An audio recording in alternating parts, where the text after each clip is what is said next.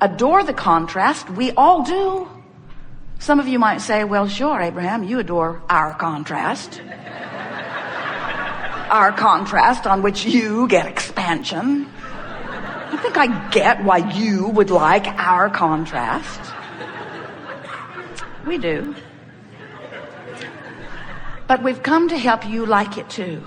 We want you to understand that when contrast causes that expansion, that the most joyful experience of life, whether it is us living it or you living it, is moving into that new expansion. And we do it fast and quick. We do it instantaneously, and you can too. You don't have to linger in a justifying attitude. You don't have to explain to anyone why you would prefer that over this. But you do have to stop beating the drum of what you do not want, which was the catalyst that gave birth to the expanded version of you. We have a piece of knowledge that we also want you to have, and that is, while you are the creator of the physical trappings that surround you, you are the creator, attractor of every bit of that. The most important thing that we want you to understand is that you are the creator of you. And you are more than the you that you have been taking credit for. You are the creator of the expansion of that which is you. Now, don't get us wrong. We're in this together. In other words, the non-physical version of you is in on this too. But you are the pioneer. You're out here on the leading edge. You're sifting through the big time contrast, and you're coming to the new conclusions. And when you do, we choose the new conclusion that you have arrived at while you linger. And it is our desire that instead of lingering over there in the out of the vortex dumb,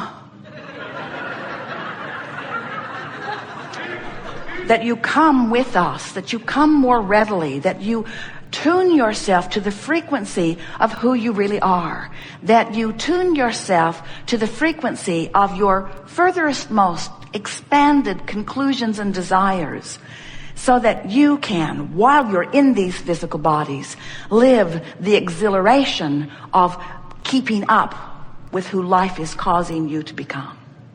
The balance of your planet is in good hands.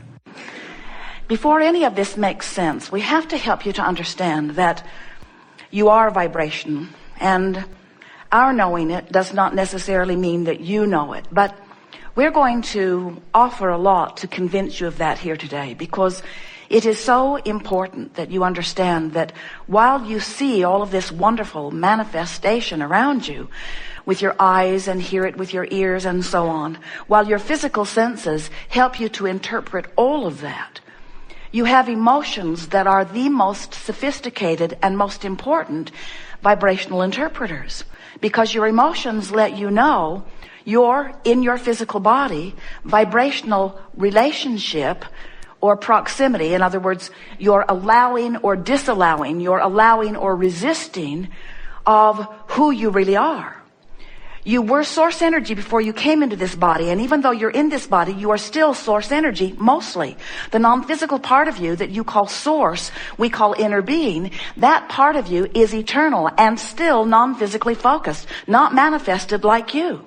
So this non-physical part of you is offering a vibration. And what we want you to know is that vibration is a pure, resistance-free vibration as far as you are concerned. There is contrast in everything, but from your physical point of view, you would not be able to discern the vibrational difference in the frequency of the inner being that is you, or in that which humans want to call God.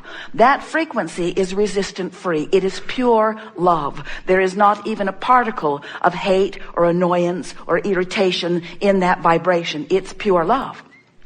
So when you understand that that's who you really are, and that before your birth, that's all that you were, then when you came forth into this physical body, a part of that consciousness came into the body that you know as you. And at that moment, there became the potential for two vibrational vantage points. The source energy point, which is always pure positive energy, no resistance, and you in your human physical body, which is about whatever you're giving your attention to. If you have been watching CNN and you're all guarded and worried about stuff, and if you've been watching CNN, you are. then you're offering a frequency, and probably a pretty steady, chronic, practiced one that we could even call a belief, because a belief is just a thought you keep thinking. If you've been doing that, if you've been observing your physical environment and you are pushing against unwanted things, then you have a frequency going on in your physical body that does not match the frequency of that of your source, and that means you've introduced, through your conscious awareness, resistance to the mix of vibration between you and you. And when you do that, your emotions give you feedback that help you to know that. That's what fear is. Fear is a really strong indicator that you've really got a resistant thought going on that is not meshing with the non-resistant thought of the source within you. When you feel love, you're in alignment, no resistance. When you feel hate, way out of alignment. When you feel sure, you're in alignment. When you feel tentative or unsure, out of alignment. When you're confused, not in alignment. When you're clear-minded, in alignment. In other words, you can tell by the emotion that you are feeling how in sync or not you are in the moment of the emotion. What happens with a lot of our physical human friends is that you become accustomed to the feelings of misalignment, to the feelings of resistance. It just becomes normal to be overwhelmed, or normal to feel ornery, or normal to feel unworthy. And so, or even normal to feel fearful or worried about things. So as you allow yourself to practice those thoughts until they feel normal, what happens to you is you begin to ignore this magnificent guidance system that is there for you to help you to tune your frequencies into alignment with who you really are. But it's more important than just tuning up with that which is source. It's tuning up with all that you have become. That's the most important thing that we want to help you to understand here today. We want you to really leave here understanding that you were source energy before you came into this body, and that source energy part of you still exists. And when you bang around sifting through the contrast of your time-space reality, just like you knew you would, just like you planned to do, just like the source within you wants you to do, when you explore all of that variety, knowing what you don't want, which helps you to know what you do want, you are offering these improved requests, these askings for improved experience. When someone's rude to you, you want them to be nicer. When the oil is spewing into the ocean in the Gulf, you want it to return to its natural state of biological balance. In other words, when you know what you don't want, you know what you do want, whether you say it out loud or not. So we want you to understand that all day, every day, you and every consciousness, which includes all the cells in your body, it includes all one cell's organisms, it includes everything that exists in physical form, because everything is consciousness. Every particle of consciousness is having a personal experience where, from its personal perspective, it is exploring and asking for improvement. That's what the evolution of all species is about. So when you know what you don't want, you know what you do want, whether you put words to it or not. And here's the part that we so want you to embrace and understand. When that rocket emanates from you, that asking, the source within you, that non-physical part of you, immediately becomes the vibrational equivalent of that new request. So you just keep asking and evolving, asking and evolving. Now, this is the part that most humans don't remember, but it's the part that when you do remember, everything starts clicking quickly into place for you.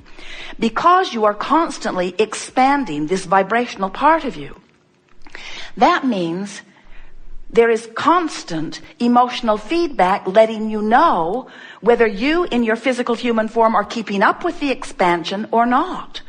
If you are sick in your physical body and you ask to be well, and you do, you ask it more when you are sick than at any other time, the non-physical part of you becomes more well than ever before, and particularly pointed to the specific asking for the specific recovery from the specific illness that you are specifically living. In other words, when you live something, you ask more specifically for the improvement, and the source within you becomes it.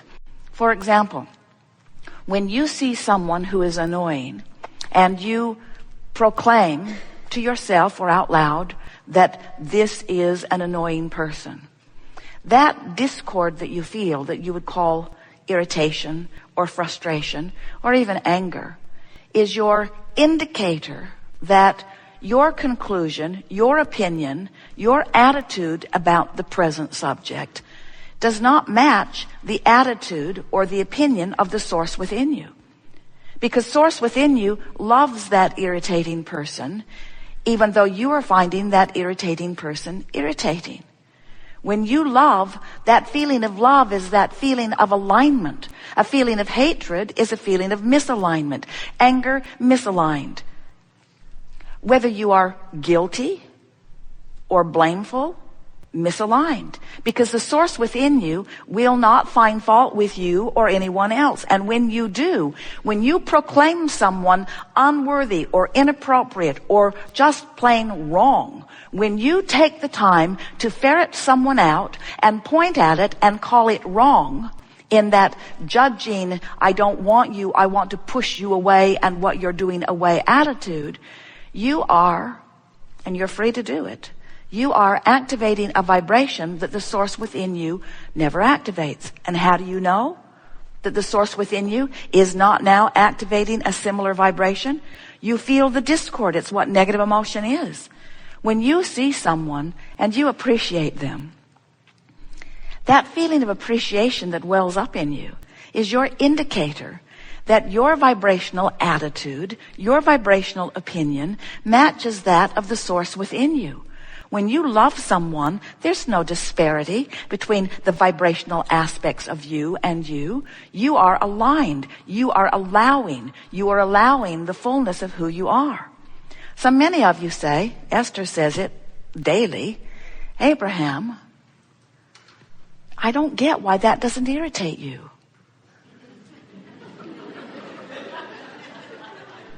That irritates me. Why would someone behave that way? And we say to Esther, a better question than why are they behaving that way is, how does my awareness of their behavior feel?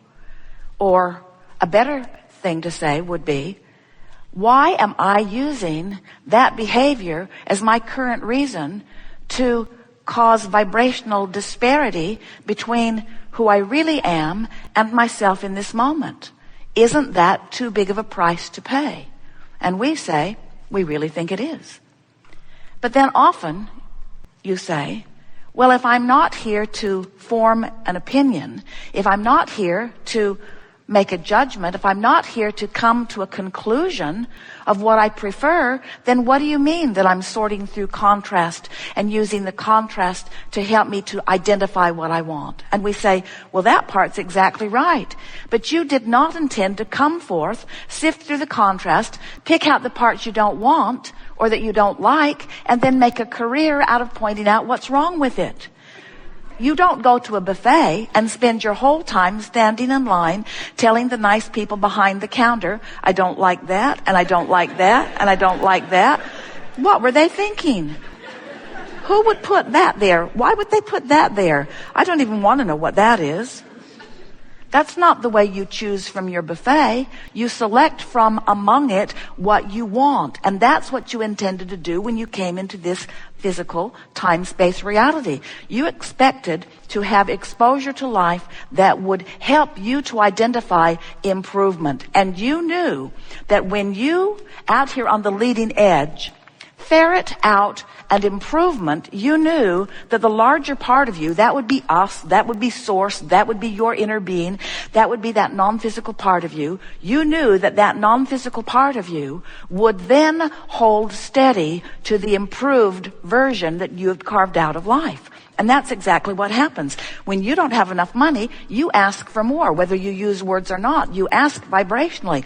And when that rocket of desire, that other side of the vibrational wave, when that bounce occurs, the source within you holds steady forevermore your new conclusion about the prosperity that you seek. But when you look back at the circumstance that caused you to ask for more money, and you defend the needing or the wanting of more money by pointing out how hard it is without it, or how unjust it is without it, or how not fair, how not right, how annoying, how unpleasant, how